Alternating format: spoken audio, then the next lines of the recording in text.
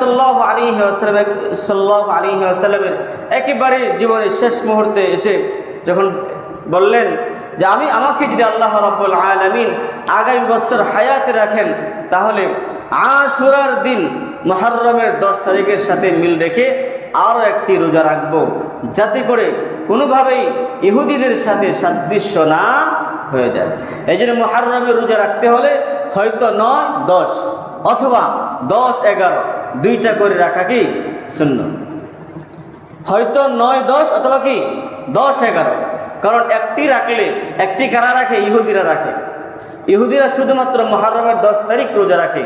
রাসূল সাল্লাল্লাহু আলাইহি ওয়াসাল্লাম বললেন যে তাদের সাথে যাতে করে সাদৃশ্য না হয়ে যায়, এজন্য আমাকে যদি আল্লাহ তাআলা হায়াত দেন আমি আগামী বছর থেকে নিয়ে হয়তো 9, 10 অথবা 10, 11 দুইটি করে কি রাখবো? মুহররমের রোজা রাখবো। এই মুহররমের